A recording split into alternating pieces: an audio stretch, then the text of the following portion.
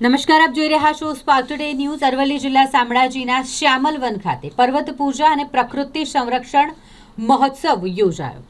રાજ્ય સરકારના મંત્રી અર્જુનભાઈ મોઢવડિયા, પ્રવીણ માળી અને પીસી બરંડાની ઉપસ્થિતિમાં પર્વત પૂજા તેમજ પ્રકૃતિ સંરક્ષણ મહોત્સવનું આયોજન કરવામાં આવ્યું। પ્રકૃતિ સાથે માનવજાતનો અતૂટ નાતો મજબૂત બને અને પર્યાવરણ સંરક્ષણનો સંદેશ લોકો સુધી પહોંચે તેવા આશયથી વસંત પંચમીના દિવસે શામળાજીના શ્યામલ વન ખાતે આયોજન કરવામાં આવ્યું। રાજ્ય સરકારના વન અને પર્યાવરણ મંત્રી અર્જુનભાઈ મોઢવડિયા, પ્રવીણ માળી, મંત્રી પીસી બરંડા, જિલ્લા પંચાયતના પ્રમુખ અને સાંસદ શોભનાબેન બારૈયા સહિત વન વિભાગ, જિલ્લા વહીવટી તંત્રના અધિકારીઓ અને નાગરિકો ઉપસ્થિત રહ્યા હતા।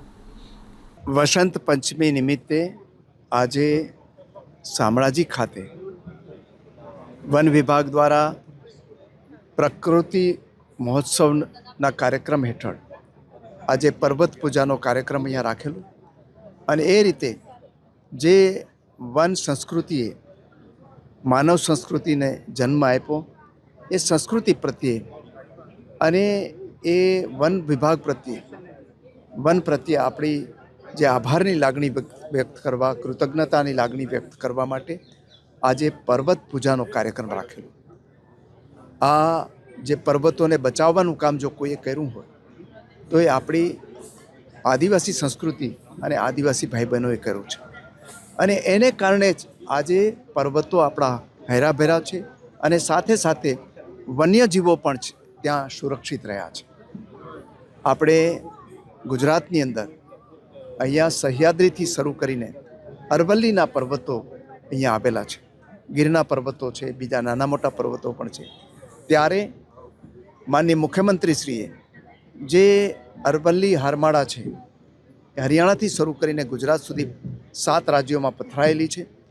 એ 7 રાજ્યોની અંદર 1400 કિલોમીટર લાંબી અને 5 કિલોમીટર પહોળી એક ગ્રીન વોલ બનાવવાનું જે આયોજન કર્યું છે અને એના દ્વારા આ આદિવાસી સંસ્કૃતિ અને આપણી વન્ય જે સંપદા છે એને સાચવવાનું અને આખા ક્લાઇમેટનું સુરક્ષા કરવાનું જે બીડું ઝડપેલું છે એના પ્રત્યે પણ આજે આભારની લાગણી વ્યક્ત થઈ અને આ એક પેડ માં કે નામની સાથે બીજા જે વન વિભાગના અનેક કાર્યક્રમો મારફતે જે વન્ય વિસ્તારમાં રહેતા જે આપણા નાગરિકો છે, આદિવાસી ભાઈ બહેનો છે, એમની લાઇવલીહુડમાં વધારો થાય, રોજગારી વધે અને વન્ય સુરક્ષિત રહે એ માટેના કાર્યક્રમોની પણ બધાની વચ્ચે ચર્ચાઓ થઈ છે।